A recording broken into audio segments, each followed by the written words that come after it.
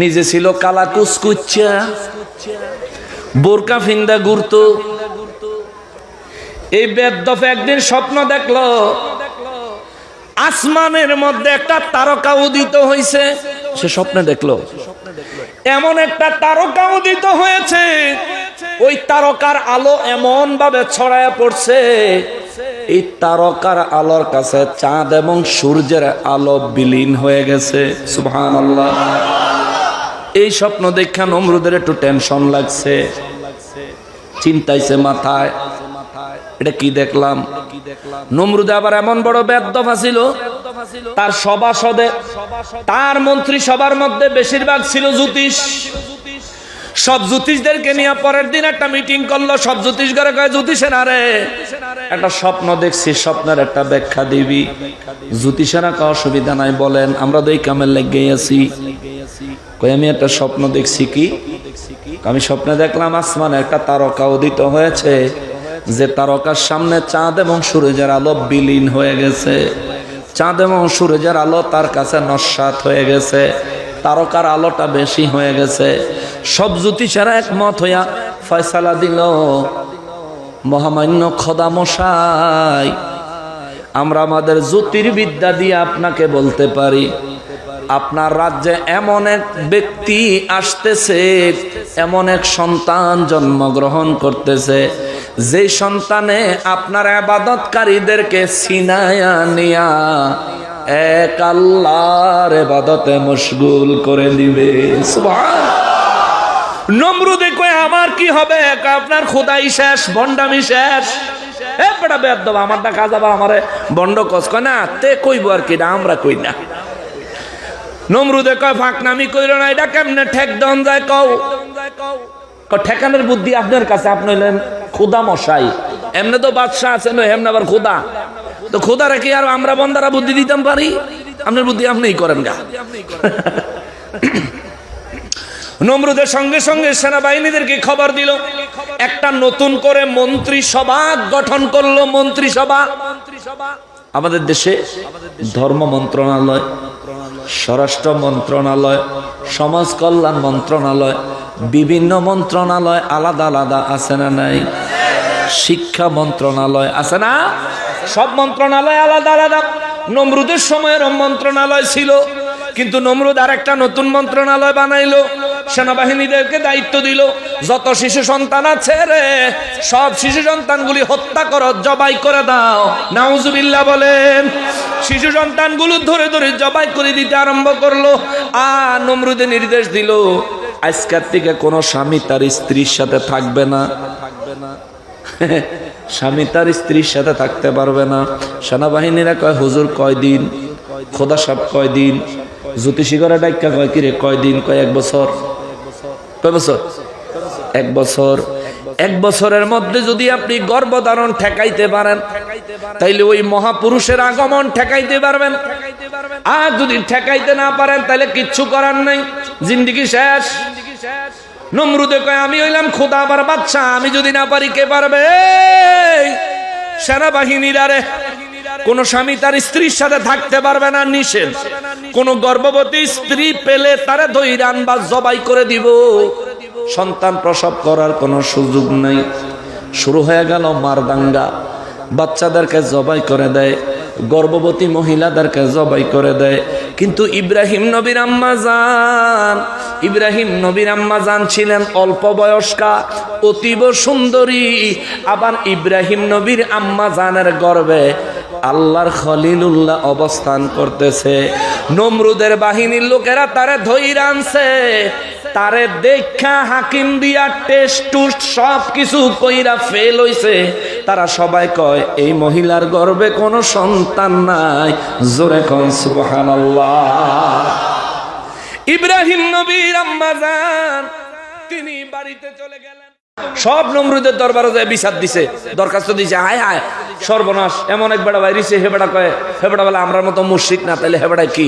নমরুদে কয়, আমারে খোদা মানেনি। কয় না, কি এর আপনারে আসমানে চাঁদ সূর্য তারকারাই মানেন, আপনি তো বেলো নেই, আপনার তো কালা ওই।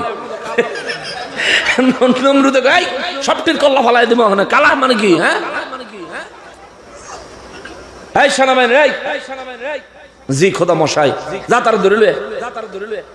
তার কত বড় সাহস, ধরিলে ইব্রাহিম নবী রেজায় ধরে লইস। ইব্রাহিম নবী আইস, এই আমার এনো আনছেন কে? আমার অনেক কাম আছে না, আমার কাম কাজ ফেলায় তুই আমার এনো আনছেন কে? এই তুমি আমার চিনো? চিনি। কে?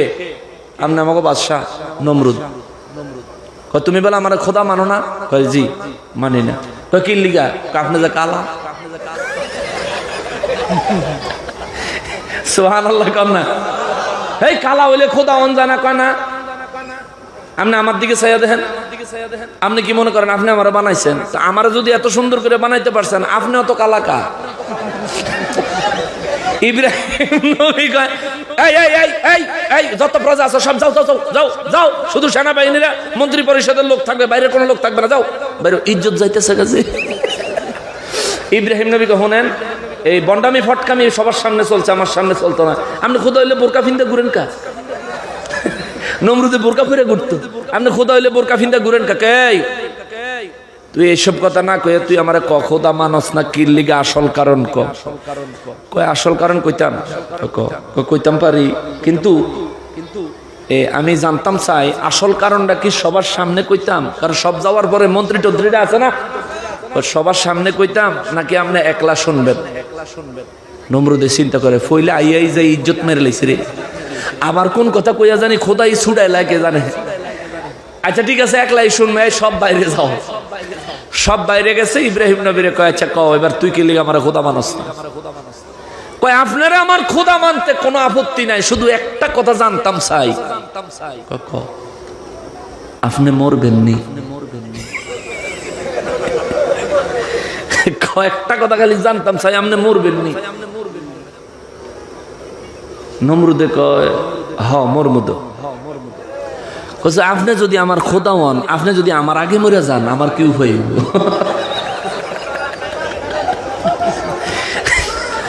নমরুদে কয় আল্লাহ বাঁচাইছে রে, সবাই বাইর করে দিছিলাম, নাইলে আজকে সবার সামনে যদি তুই এই প্রশ্ন করতি সব তোর দলে যাইতো, আমার খোদাগিরি ভুট্টা যাইতো। জোরে কর মারহাবা।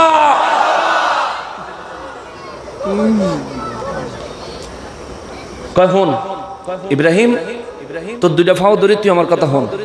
আমারে তোর খোদা মানন লাগতো না, আমারে তোর খোদা মানন লাগতো না। তুই শুধু এই যে আমার কথাটা কইছ, এই কথাটা কারো কাছে কইস না। এই কথাটা তুই কারো কাছে কইস না, তুই আমার খোদা মানন লাগতো না। তারপরে ইব্রাহিম আলাইহিস সালামের আরো অনেকগুলো কথা আমার আল্লাহ এই কোরআন শরীফে বলছে। আমি কইছিলাম আপনাদের 3 আয়াতের ওয়াজ শোনাবো, 74, 75, 76, 77, 78, 79 নাম্বার আয়াত পর্যন্ত বললাম। মাশাআল্লাহ আপনারা বড় সৌভাগ্যবান। কালকে মাহফিলে 2 ঘন্টার বেশি মনে আলোচনা করলাম নাকি? 2 ঘন্টার বেশি আলোচনা করছি এক আয়াত, 73 নম্বর আয়াত। আর আপনাদের আজকে আলোচনা করলাম 6 আয়াত।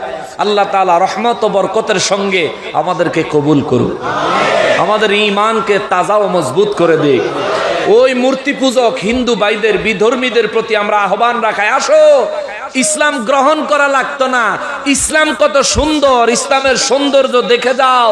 যদি বিবেক খুলে যায়, আল্লাহ যদি দয়া করে, হেদায়েত যদি নসিবে হয়ে যায়, তুমিও মুমিন মুসলমান হয়ে যেতে পারো। কথা বলেন ঠিক কিনা?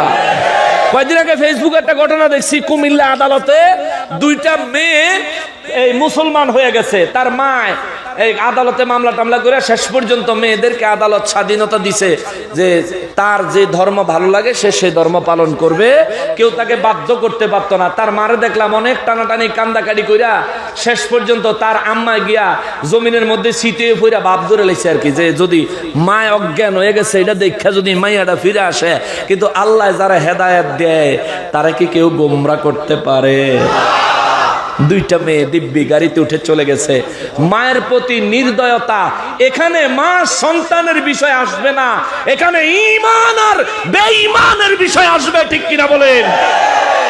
অনেকে আমাদেরকে বলতে পারে যে হ্যাঁ মা অজ্ঞান হয়ে গেল, আপনার ধর্ম মাকে কত ইজ্জত দেয়, তাইলে ওই সন্তান মাকে ইজ্জত দিল না কেন? না, যেখানে মায়ের ইজ্জত সম্মানের বিষয় আসবে সেখানে ইজ্জত সম্মান দেখাবে, কিন্তু যখন ঈমানের ব্যাপার চলে আসবে সব বাদ, আগে ঈমান। ঠিক কিনা বলেন?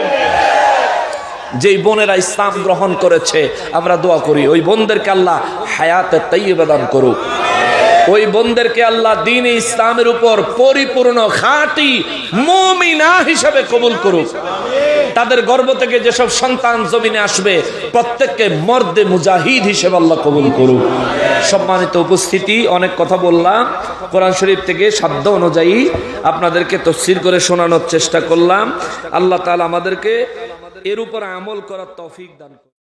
ইব্রাহিম নবীর পিতা আজরকে বলে থাকে, কোরআন শরীফও আল্লাহ বলছেন লি আবিহি আযর। আল্লাহ ইব্রাহিম নবীর বাবা বলছেন আজরকে না, এটা জ্ঞানের অভাব, সে তাফসীর পড়ে নাই, এই জন্য সে জানে না, আন্দাজে শাব্দিক অর্থ করে, শাব্দিক ব্যাখ্যা করে। হে মুসলমান, খবরদার, নবীদের ব্যাপারে বুঝে শুনে কথা বলতে হবে। একটা কথা এদিক সেদিক হলে ঈমান চলে যাবে, ঠিক কিনা বলে? পাগলামি করার জায়গা এটা না।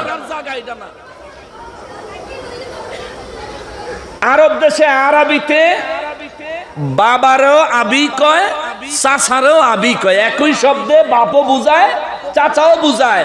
এই জন্য আল্লাহ কইছে লি আবিহি আযর, তার চাচা আজর। এখন আপনারা কইবেন হুজুর ইব্রাহিম নবীর এই আজরে যদি ইব্রাহিম নবীর চাচা হয়, তাইলে ইব্রাহিম নবীর বাবার নাম কি? ইব্রাহিম নবীর বাবার নাম হলো তারুর। ইব্রাহিম নবীর বাবা জীবনে কোনোদিন মূর্তি পূজা করে নাই, মূর্তিতে হাত দেয় নাই। তিনি এক আল্লাহর তাওহীদে বিশ্বাসী ছিলেন। চিৎকার দিয়ে পড়েন সুবহানাল্লাহ। আরে বেঈমানের ঘরে নবী আল্লাহ কেন পাঠাবে? ঈমানদারের কি অভাব হয়েছে? ঠিক কিনা বলেন? বেঈমানের ঘরে কেন আল্লাহ নবী পাঠাবেন? ঈমানদারের কি অভাব হয়েছে নাকি? বরঞ্চ আমার নবী বলেন, শোনো, আদম নবী থেকে শুরু করে আমি নবী পর্যন্ত আমার যেই নসল মোবারক আছে, আমার নসল মোবারকে কোনো এমন ব্যক্তি নাই যে ব্যক্তি মূর্তি পূজা করছে, শিরিক করছে। অর্থাৎ আমার নবী বললেন, আদম নবী থেকে আমি নবী পর্যন্ত আমার বংশে কোনো মুশরিক ছিল না, সব মুমিন ছিল। জোরে কোন সুবহানাল্লাহ। এই ইব্রাহিম নবীর বাপ মূর্তি পূজক আজরকে যারা বানাইতে চায়, তারাই বলে আমার নবীর আব্বা আম্মা নাকি জাহান্নামী। ঠিক কিনা বলে? বলে কিনা? বেয়াকুফ কত বড় দেখেন। বাবা, আম গাছে কি তাল ধরে? কথা কয় না। আম গাছে কি তাল ধরে?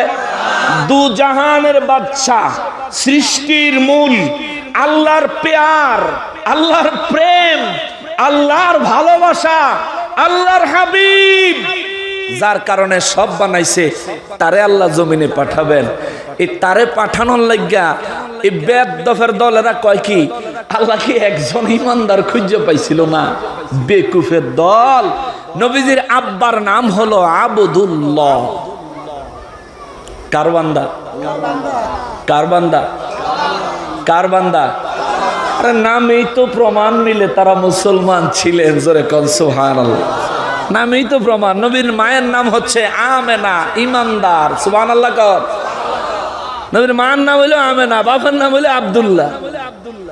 বাপ হইল আল্লাহর বান্দা, মা হইল ইমানদার। নামের মধ্যেই তো ঈমান আর ইসলাম আর আল্লাহর তাওহীদের সব কিছু খুঁজে পাওয়া যায়। তবুও যারা দেখেও দেখে না, আমরা তাদেরকে বলবো, ভাই গাদ্দারি আর গোরামি কইরো না, মরণও লাগবো, কবরও যাওয়ানো লাগবো। এই ধরনের চিন্তা, এই ধরনের বক্তব্য দুনিয়ায় দিয়া তওবা না করে যদি কবরে রওনা দাও, তাহলে তোমার লাগা মুগুর অপেক্ষা করতেছে। মুগুর, ডেঞ্জারাস মুগুর। মুসলমানেরা রে, আমার পিয়ারা নবীর উম্মতেরা রে, তাইলে বুঝে থাকলে আমাকে জবাব দেন, আজর কি ইব্রাহিম নবীর বাবা না চাচা? কথা কয় না? সবাই বলেন।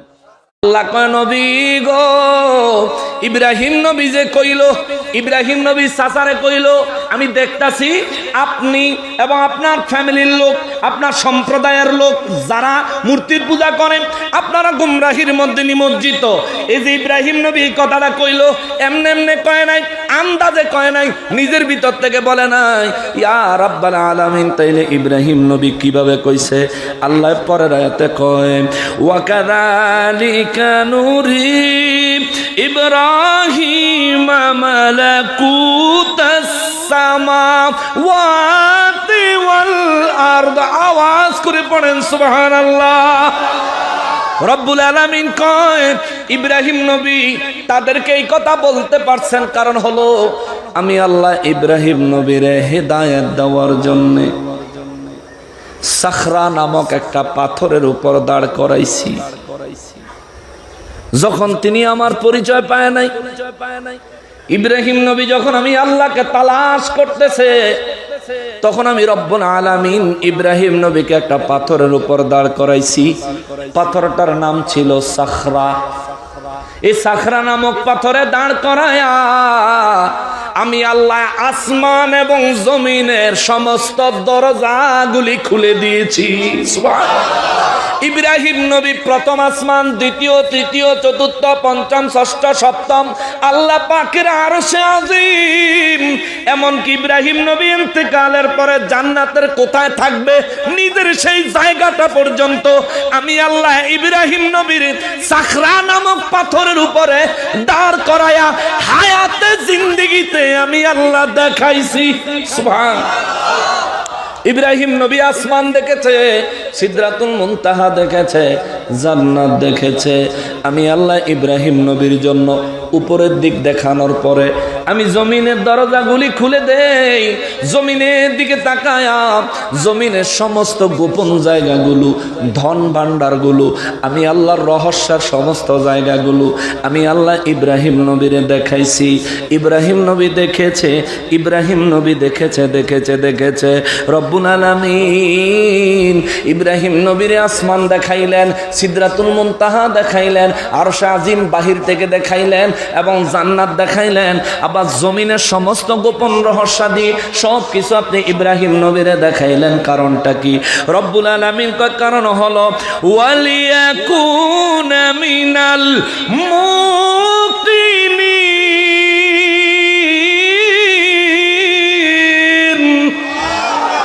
আল্লাহ কয় ইব্রাহিম নবীরে আমি সব দেখাইছি কারণ হলো আমি রব্বুল ইজ্জতের ইচ্ছা হলো ইব্রাহিম নবী যেন নিজের চোখে দেখে আমি আল্লাহর উপর ঈমান আনতে পারে, তিনি যেন বিশ্বাসী হতে পারে, ঈমানদার হতে পারে। আল্লাহ কয় এই জন্য দেখাইছি। আবিহি আযার, ইব্রাহিম নবী তার চাচা আযরকে বললেন আতাত্তাখিযু আসনামান আলিহা, এই যে নিষ্প্রাণ মূর্তিগুলোকে তোমরা ইলাহ হিসাবে মেনে নিয়েছো, তোমরা আমাকেও কি বলতেছো আমিও যেন তাদের আনুগত্য করি, তাদের ইবাদত করি, তাদের উপাসনা করি। তার চাচারে ইব্রাহিম নবীরে যখন কইল আয় রে বাবা আয়, ইব্রাহিম নবীর চাচা কয় আয় রে বাবা আয়, মূর্তির পূজার বড় মেলা চলতেছে, বড় পূজার সময় যাইতেছে। ইব্রাহিম নবী কয় তোমরা কি আমাকে এই মূর্তিগুলোর পূজা করতে বলতেছ? তার চাচা কইল হা হা হা। ইব্রাহিম নবী কয় এই মূর্তির পূজা আমি কোনোদিন করব না। কয় কেন কেন কেন? ইব্রাহিম নবী জবাব দেয় ইন্নী আরাকা ওয়া কওমাকা ফি দালালিম মুবিন।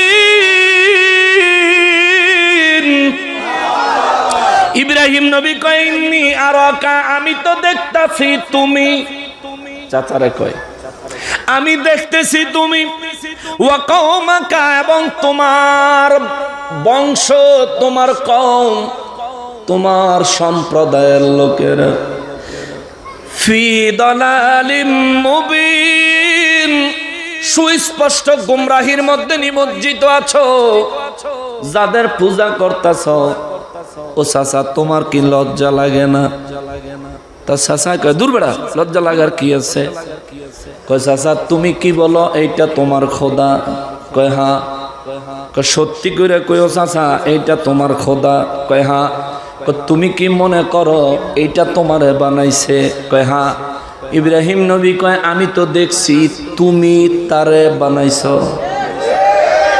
সুবহানাল্লাহ কন্যা। ও চাচা এইটা তোমারে বানাইছে, প্রমাণ আসেনি, সাক্ষী আসেনি? সাক্ষী থাকলে আমারে দাও, প্রমাণ থাকলে আমারে দাও। কিন্তু তুমি যে এটারে বানাইছো, এটা সাক্ষী হইলাম আমি স্বয়ং নিজে। সুবহানাল্লাহ কোন?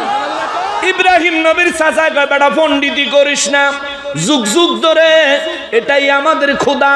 ইব্রাহিম নবী কয় আমার আব্বায় আমার আম্মায় তো জীবনেই খোদার ইবাদত করলো না, এই খোদারে খোদা হিসাবে মানলো না, তো আমার আব্বা আম্মার কি হইছে?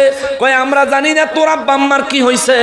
ইব্রাহিম আলাইহিস সালাম বলেন চাচা গো চাচা, ও চাচা নিজেরা নিজের হাতে বানায়া এইটারে সুন্দর কইরা সাজায়া মানুষের মতো গয়না লাগায়া এটার সামনে সেজদা লাগাইলা, এটার কাছে সাহায্য চাইলা, এটার কাছে রিজিক চাইলা, বিপদ থেকে মুক্তি চাইলা, পরকালে স্বর্গ চাইলা। ও চাচা এটার সামনে নাচানাচি করলাম, গাওয়াগাওয়ি করলাম, কীর্তন গাইলা। ও চাচা, চাচা গো, আবার পূজা শেষে নিজেরাই যত্ন সহকারে কান্দে কইরা নিয়া ফানি ছুবাইলা। ঠিক কিনা বলে? কিছুদিন আগে দুর্গা পূজা গেছে নি, ওই দুর্গা পূজার সময় আমি অষ্টগ্রাম মাহফিলে যাইতেছিলাম গত 24 তারিখে অক্টোবরের। যাওয়ার সময় নৌকা পার হইতে হয়, নৌকার ঘাটে নদীর ঘাটে দেখি এক পার্টি সুবাইয়া গেছে, আর এক পার্টি সুবানের লাগা সারা নদীর ডিজে গান বাজায়া ঘুরাইতেছে। মুখলিসুর রহমান বাঙ্গালী হুজুর আর আমি নদীর ঘাটে দাঁড়ায় রয়েছি। মুখলিসুর রহমান বাঙ্গালী হুজুর রে আমি কই হুজুর, হ্যাঁ গো ভগবানে কি ডিজে গান ছাড়া কিছু বুঝে না? আমি কইলাম হুজুর ডিজে গান ছাড়া কোনো গান কি? হ্যাঁ গো ভগবানে বুঝে না। এ কইতে দেরি লগে লগে আবার ফাল্টায় হিন্দি গান লাগাইছে ওরা। ওরা তো আর আমরার কথা শুনে নাই, আমরা তো নদীর পারে কিনারে, ওরা হইলো মাঝখানে নৌকা লিয়ে ঘুরতেছে, ভগবান রে নদী ভ্রমণ করাইতেছে আর ভালো মতন ডিজে গান শোনাইতেছে। মুখলিসুর রহমান বাঙালি সাহেব কয় কতক্ষণ দিলে ডিজে, ভালো মন্দ কিছু বুঝলাম না, ওখানে লাগাইলে হিন্দি। এই তোকে খোদায় কি বাংলা বুঝে না রে? আমি কই হুজুর এখন বেশি আলাপ সালাপ দিয়েন না, তারারও একটা ধর্ম স্বাধীনতা আছে, কিছু কইয়েন না। তারা এনে এসে মূর্তি চুবাইতে পারে, আমি আর আমনে মোল্লা দোনোটারে চুবাইব। যাতা কথা যেন কইেন না, যেন যাইতে লইছেন চলেন আমরা হেন যাই। মুসলমানের যদিও মজার চলে কথাটা বললাম, আশেপাশে কি হিন্দু পাড়া আছে? আছে? ওই হিন্দু পাড়া কি মাইকের আওয়াজ যায়? ওনারা শুনবে? আমরা হিন্দু ভাইদেরকে অনুরোধ করে বলি, আপনাদের ধর্মকে হেয় প্রতিপন্ন ছোট করছি না, আপনারা একটা ধর্মের অবলম্বন করেন, আপনাদেরকে খাটো করছি না। তবে আপনাদের বিবেকের সামনে কিছু কথা দেই, যে কথাগুলো আমার কথা না, এই কথাগুলো হলো যিনি আমাকে বানাইছেন তিনি আপনাকেও বানাইছেন। আমি মুসলমান হয়েছি, আপনি হিন্দু হয়েছেন, অথচ আমার রিজিক দেয় যে আল্লাহ, আপনার রিজিক দেয় সে আল্লাহ। যে জমিনে আপনি ঘুরে বেড়ান এটা আমার আল্লাহর জমিন।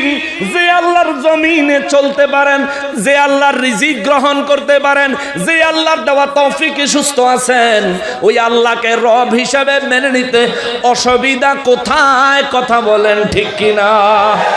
এ মুসলমান, তাবলীগ চলছে, তাবলীগ তাবলীগ তাবলীগ। দ্বীনের দাওয়াত দিচ্ছি ওই হিন্দু ভাইদেরকে, দ্বীনের দাওয়াত দিচ্ছি যারা গৌতম বুদ্ধের পূজা করে বৌদ্ধদেরকে, দ্বীনের দাওয়াত দিচ্ছি সমস্ত মূর্তি পূজকদেরকে। শোনো, আজরে ইব্রাহিম নবীর চাচা ছিল, সে নিজে সর্বশ্রেষ্ঠ মূর্তির কারিগর ছিল, সে মূর্তি বানাইতো, মূর্তি বিক্রি করত, মূর্তির উপাসনা করত। ইব্রাহিম নবীরে যখন বললেন ও ইব্রাহিম আসো আসো মূর্তির পূজায় যাব, ইব্রাহিম নবী কয় না না না, আমার যেই মূর্তির খোদা হিসেবে মাইনা নিতে বলতেছ ওই মূর্তির আমি খোদা হিসেবে মানতে পারবো না। কয় কেন? ইন্নী আরাকা, নিশ্চয় আমি ইব্রাহিম দেখতাছি তোমারে গো চাচা, আমি তোমারে দেখতেছি, ও কাউমাকা, এবং তোমার সম্প্রদায়কেও দেখতেছি, তোমার গোষ্ঠীর তোমার জাতের লোকদেরকেও দেখতেছি, ফি দালালিম মুবিন, তোমরা তো সুস্পষ্ট গুমরাহির মধ্যে, কুফুরির মধ্যে নিমজ্জিত। চিৎকার দিয়া কোন সুবহানাল্লাহ। মূর্তির পূজা যারা করেন, আমার হিন্দু ভাইদেরকে বলি, যে ভগবানের সামনে আপনি উপাসনা করছেন আপনার এই ভগবানকে আপনারা পয়সা দিয়ে কিনা আনন লাগছে। আপনার ভগবান নিজের পায়ে হেঁটে আপনার বাড়ি আসতে পারে নাই, হয়তো ভ্যান গাড়িতে করে, নয়তো ট্রাকে করে, নয়তো নিজেরা মাথায় বহন করে নিয়ে আসছেন। আপনার ভগবানের সামনে একরকম, পিছে আর একরকম, তাই না? আমি কি ধর্মীয় কুন্দল লাগাইতেছি? সত্য কথাগুলি বলছি। আপনার ভগবানের সামনে একরকম, পিছনে আর একরকম। সামনে দিয়া দেখলে মনে হয় জলজন্তাকটা মানুষ 14-15টা হাত নিয়ে দাঁড়ায় রয়েছে, পিছন দিকে দেখলে মনে হয় বাঁশ আর খেরের অভাব নাই, ঠিক না? হায় হায়, এত কষ্ট করে আইনা সামনে একরকম, পিছে আর একরকম, তো এটারে সুন্দর করে ঠেস ঠুস দিয়া বান্দা বুন্দা খাড়া করাইলেন, চমৎকার দাঁড় করা। এটার সামনে খানা দিলেন, খায়নি? খাইছে? বলেন খাইছে? বরঞ্চ ভগবানের সামনেতে বিড়ালে আয়া মিষ্টি লইয়া যায়, ভগবানে খেদাইতেও পারে। এটা আপনার খালিক হতে পারে না, এটা আপনার রব হতে পারে না, এটা আপনারে বানায় নাই, ঠিক কিনা বলেন? এ আপনাদেরকে বানায় নাই, বরং আপনারাই তারে বানাইছেন। সে আপনাদেরকে ধন দৌলত দেয় না, বরং নিজেদের ধন দৌলত খরচ করে তারে কিনে আনছেন, ঠিক কিনা বলেন? বিবেকের কথা, ধর্মীয় কুন্দল না, বিবেকের কথা। যারা হিন্দু ভাইরা, হিন্দু মা বোনেরা, মূর্তি পূজকের যারা মনোযোগ দিয়া শুনছেন, আজকে হয়তো এই জায়গার মানুষ শুনবেন, আবার অনলাইনের বদৌলতে পৃথিবীর বিভিন্ন জায়গার মানুষগুলো হয়তো শুনবেন। আপনাদের বিবেকের কাছে কিছু কথা দিয়া যায়। এমন একটা ধর্ম আপনারা অবলম্বন করেন, আপনাদের শ্রেষ্ঠ ধর্মগ্রন্থগুলোতে বলা হয়েছে ইসলাম ধর্ম সঠিক ধর্ম, মুহাম্মদ সাল্লাল্লাহু আলাইহি ওয়াসাল্লাম হলেন আল্লাহর মনোনীত রাসূল। তাকে যে মানবে, ইসলাম ধর্ম মোতাবেক যে ব্যক্তি চলবে, ওই ব্যক্তি পরকালে শান্তি পাবে। জোরে বলেন সুবহানাল্লাহ। আপনাদের ধর্মগ্রন্থই বলে ইসলাম ধর্ম সত্য, মুহাম্মদ সাল্লাল্লাহু আলাইহি ওয়াসাল্লাম সত্য নবী। ওই নবীকে মানলে, ওই নবীর আনিত ইসলাম ধর্মকে গ্রহণ করলেই নাজাত পাওয়া যাবে। কথা বলেন ঠিক কিনা? আপনাদের ধর্মগ্রন্থগুলো একটু তালাশ করেন। অথচ আমার ধর্মগ্রন্থে আমার আল্লাহ বলেন ইন্নাদ-দীন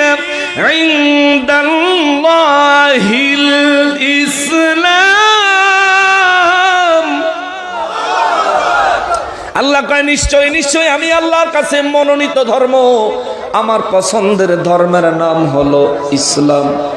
ইসলাম ইসলাম। এই মূর্তির পূজা, মূর্তির উপাসনা রক্ষা করার জন্য নমরুদ অনেক চেষ্টা করছে, বহুত চেষ্টা করেছে।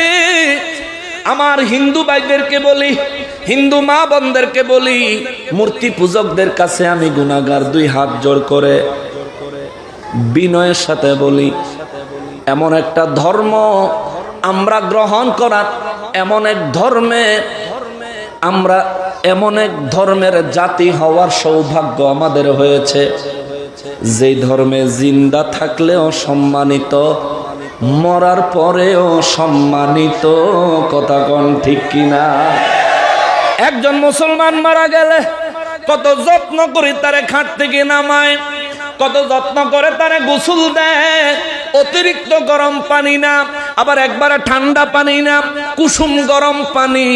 গোসলের সময় কত যত্ন কইরা গোসল দেয়, জোর কইরা হা করায়া কুলি করায় না, সুন্দর মুখের উপর, ঠোঁটের উপর পানি লাগায়া দেয়, হাতগুলো জোর কইরা পুরা উঠায় না, সামান্য পরিমাণে ফাঁকা করে শরীরে সাবান দিয়ে গোসল লাগায়, গোসল করার পর নতুন কাফনের কাপড় পরাইয়া দেয়, আতর লাগায়, লোবান লাগায়, কত যত্ন সহকারে তারা খাটিয়ার মধ্যে উঠায়, চারজনে চার কান্দ করে জানাজার মাঠে নিয়ে হাজির হয়।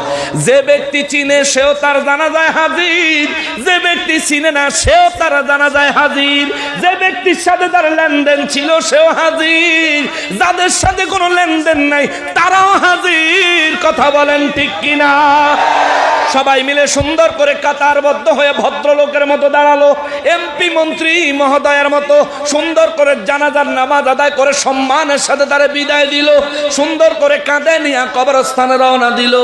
যাওয়ার সময় দৌড়াইয়া যায় নাই, নাচতে নাচতে যায় নাই, তাড়াহুড়া করে নাই, শান্তশিষ্টভাবে আরামসে, এতটা আরামসে কদমে কদমে রওনা দিছে রে।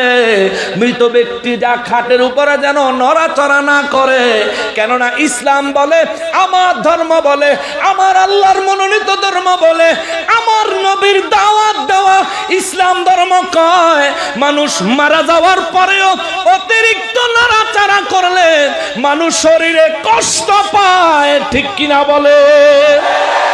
এটা আমার নবীর প্রচার করা ধর্ম, এটা আমার আল্লাহর মনোনীত ধর্ম, এটা আমি যে ধর্মে আছি আমার সে ধর্ম।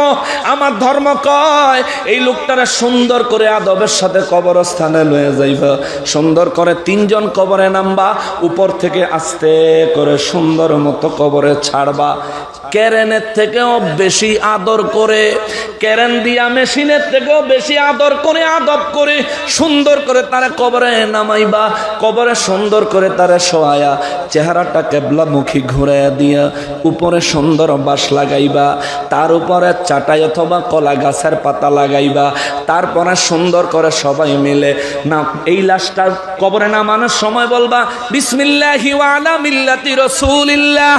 আমরা ওই আল্লাহর নামে এই ব্যক্তিকে কবরে রাখতেছি যেই আল্লাহ তার রসুলকে জমিনে পাঠাইছেন এবং তার রসুলের মিল্লাত মোতাবেক, তার রসুলের পন্থা মোতাবেক কবরে তারা রাখতেছি।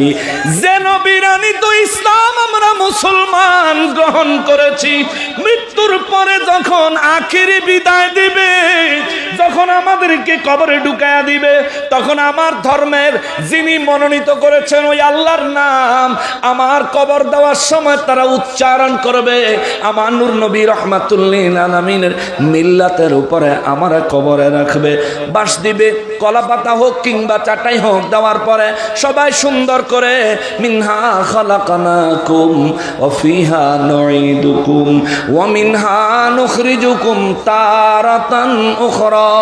দোয়া পড়তে পড়তে সবাই কত সুন্দর দাফন করবে, দাফন করার পর আবার আমার জন্য দোয়া হবে, জানাজার পরেও কিন্তু আমার জন্য দোয়া হবে।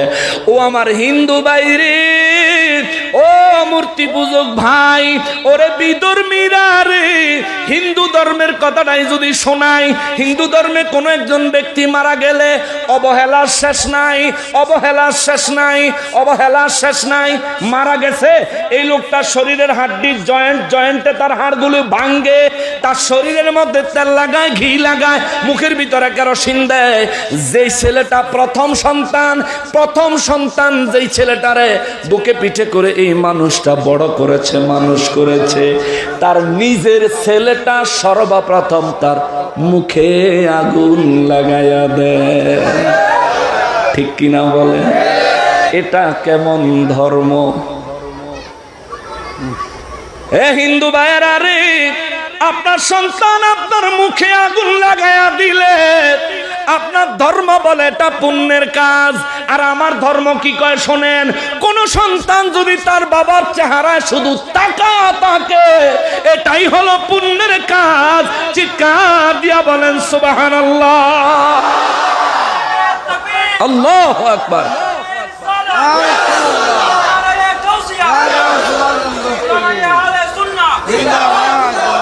আপনারা কষ্ট পাচ্ছেন? আমরা একটু তাবলীগ করি না, অসুবিধা হচ্ছে? কোরআনুল কারীমের তাফসীর আয়াত অনুযায়ী কথাগুলো চলে আসছে, হিন্দু ভাইদের বিবেকের কাছে দিলাম। ও ভাই, আমার কথাগুলো বিশ্বাস হয় না? মুসলমান মারা গেলে কত আদর কইরা তারে দাফন করে, বিশ্বাস হয় না? আপনাকে বলবো, আপনার বাড়ির আশেপাশে বহু মুসলমানের বাড়ি আছে, কোথাও লোক মারা গেলে আপনি আমন্ত্রিত, আপনি আসেন, শুধু দেখবেন, শুধু দেখবেন। মুসলমান মারা যাওয়ার পরেও তারা ইজ্জত দিয়েছেন কে? তার নিরাপত্তা দিয়েছেন কে? এটাই তো ধর্ম, এটাই আসল ধর্ম। এ ধর্ম, এজন্য হিন্দু ধর্মের পণ্ডিতেরাও কয় ইসলাম is the complete code of life. ইসলাম হলো এমন এক জীবন ব্যবস্থা যার মধ্যে কোনো গ্যাপ নাই, সবকিছু স্বয়ং সম্পূর্ণ পরিপূর্ণ। জোরে কোন ঠিক কিনা? আপনাদের পণ্ডিতদেরকে জিজ্ঞেস, তারাও বলবে।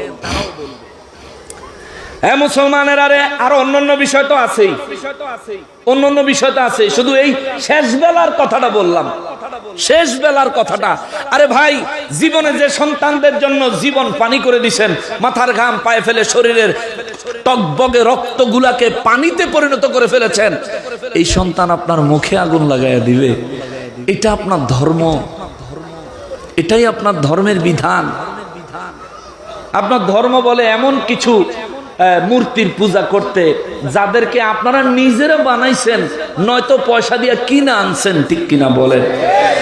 ভাই, বিবেকে নেন, এরা রব নয়, এরা সৃষ্টিকর্তা হতে পারে। ইব্রাহিম নবীরে যখন নমরুদে আগুনে ফালায়, নমরুদ ইব্রাহিম নবীকে যখন আগুনে ফালায়, ইব্রাহিম নবীকে আগুনে নিক্ষেপ করা হলো। ইব্রাহিম নবী আগুনের ভিতরে অবস্থান করতেছেন, আগুন জ্বলতেছে, ইব্রাহিম নবী অবস্থান করতেছে, কিন্তু ইব্রাহিম নবী কি জ্বলে গেছে? জ্বলছে? এই বিষয়ে কিন্তু সবাই একমত, সব দলের হুজুররা একমত। ইব্রাহিম আলাইহিস সালামের নমরুদ আগুনে ফেললো, আমার নবী ওয়াজ করতেছেন, ইব্রাহিম আলাইহিস সালামের নমরুদে আগুনে ফেললো, আগুন জ্বলতেছে, ইব্রাহিম নবী ভিতরে বসে আছেন, ইব্রাহিম নবীর শরীরের একটা পশমও জ্বলে না। ফেরেশতারা দেখা খারাপ লাগলো, জিবরাইল আমিন দৌড়ে আসলো, ইয়া খলিলুল্লাহ ইব্রাহিম, আপনি শুধু একটা অনুমতি দেন, নমরুদের সিংহাসন সহ একেবারে এই আগুনের ভিতরে জ্বালায়া ছাই করে দিব, জমিন সহ উল্টায়া নমরুদের আগুন জমিনের নিচে দাফন করে দিব চিরতরে। একটা অনুমতি দেন, একটা অনুমতি দেন, একটা নির্দেশ দেন। ইব্রাহিম নবী বললেন, আমি তোমারে নির্দেশ দিতাম, তুমি আমারে প্রস্তাব করতেছ কেন? হুজুর, আগুনে যে আপনারে ফালাইছে, আগুন যে জ্বলতাছে, আমার দেখা বড় কষ্ট লাগতেছে, সমস্ত ফেরেশতাদের কষ্ট লাগতেছে। ইয়া রাসূলুল্লাহ, সব ফেরেশতারা হা হুতাশ করতেছে, আল্লাহর দরবারে ফরিয়াদ করতেছে, মালিক, ইব্রাহিম নবী বুঝি শেষ হইয়া গেল। ইব্রাহিম আলাইহিস সালাম কয়, জিবরাইল রে মনোযোগ, এ জায়গায় মনোযোগ, এখানে এখানে এখানে। ইব্রাহিম নবী কয়, জিবরাইল, সব ফেরেশতারা হা হুতাশ করতেছে, ইব্রাহিম নবী বুঝি শেষ হইয়া গেল, তুমি একটু তাকায়া দেখো, আমি তো ঠিকই আছি। জোরে, আরো জোরে। জিবরাইল আমিন যখন ইব্রাহিম নবীর সাথে কথা কয়, ইব্রাহিম নবী তখন আগুনের বাইরে না ভিতরে? বাইরে না ভিতরে? নবী আমার রহমাতুল লিল আলামিন বলেন, সাহাবীরা রে মনোযোগ। জিবরাইল আমিন ইব্রাহিম নবীরে কয়, হুজুর, আপনারে তো ঠিকই তো আছে, আপনি তো জ্বলতেছেন না, তবুও কষ্ট লাগে। ইব্রাহিম নবী কয়, জিবরাইল, আমি আগুনে জ্বললে আমারে দেখা তোমার কষ্ট লাগে, যিনি আমারে বানাইছে, আমি যার তাওহীদের দাওয়াত দেই, আমি যার কুদরতের কদমে সিজদা লাগাই, যারে আমার খালিক ও মালিক, সৃষ্টিকর্তা, রিজিক দাতা, রব হিসাবে মেনে নিয়েছি, আমার এই রব্বুল আলামিনের কি কষ্ট লাগে না? জোরে কোন সুবহানাল্লাহ। জিবরাইল আমিন সঙ্গে সঙ্গে সেখান থেকে এক দৌড়ে সিদরাতুল মুনতাহা যায় ডাক দিছে রব্বুল আলামিন, নমরুদের মতো বেঈমান খোদাদ্রোহী নিজেকে খোদা দাবি করে নেওয়ালা এ বেঈমানে ইব্রাহিম নবীর আগুনে নিক্ষেপ করলো। ইব্রাহিম নবী আগুনের ভিতর অবস্থান করতেছে, আপনি কি এখনো চুপ থাকবেননি? কুদরতিভাবে নজর দিয়া দেখেন, সব ফেরেশতারা হট্টগোল লেগে গেছে, সব ফেরেশতারা নিজ নিজ জায়গা থেকে সবাই আফসোস করতেছে, আক্ষেপ করতেছে, আপনার দরবারে ইব্রাহিম নবীর সাহায্য চাইতেছে। আল্লাহ জিবরাইলরে কয়, জিবরাইল রে যাও যাও যাও, কোনো কথার উত্তর দেয় না। জিবরাইল আমিন ফেরেশতাদের কথা কইলো, অবস্থার কথা কইলো, নমরুদের কথা কইলো, আমার আল্লাহ কোনো কথা কয় না, একটা মাত্র কথা কইলো, জিবরাইল রে যেহেতু খবর নিয়ে আইছো, যাও আগুনের কাছে একটা আমি আল্লাহর একটা ওহী পৌঁছায়া দাও। কুলনা ইয়া নারু কুনি বারদাও ওয়া সালামান আলা ইব্রাহিম।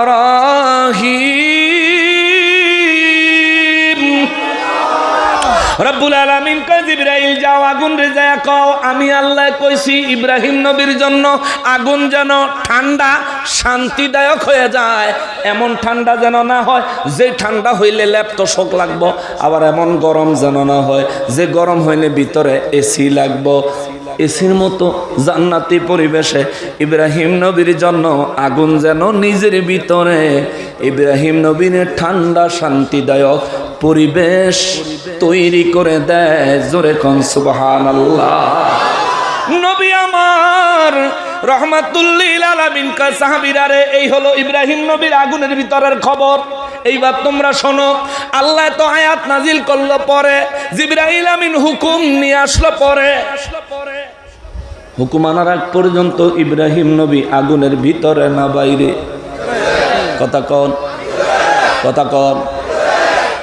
এই ঢালি পাড়ার কোন মানুষ যদি আগুনের ভিতরে হাত ঢুকায়া দেন, এই হাত আঙ্গুল পোড়া আরম্ভ হইতে কয় ঘন্টা লাগবো?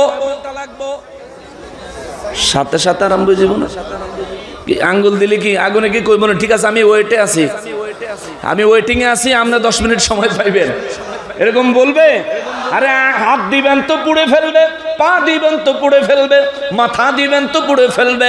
আমার নবী কয় সাহাবীরা রে, ইব্রাহিম নবীর জন্য জিবরাইল আমিন রে দিয়ে আমার আল্লাহ ওহী তো পাঠাইছে পরে, ওহী পাঠানোর আগে তো দীর্ঘ সময় ইব্রাহিম নবী আগুনের ভিতরে, ওহী পাঠানোর পরে আগুন শান্তি হইছে, কিন্তু ওহী পাঠানোর আগে ইব্রাহিম নবীর একটা পশম আগুন পুড়ে নাই। কেন জানোনি?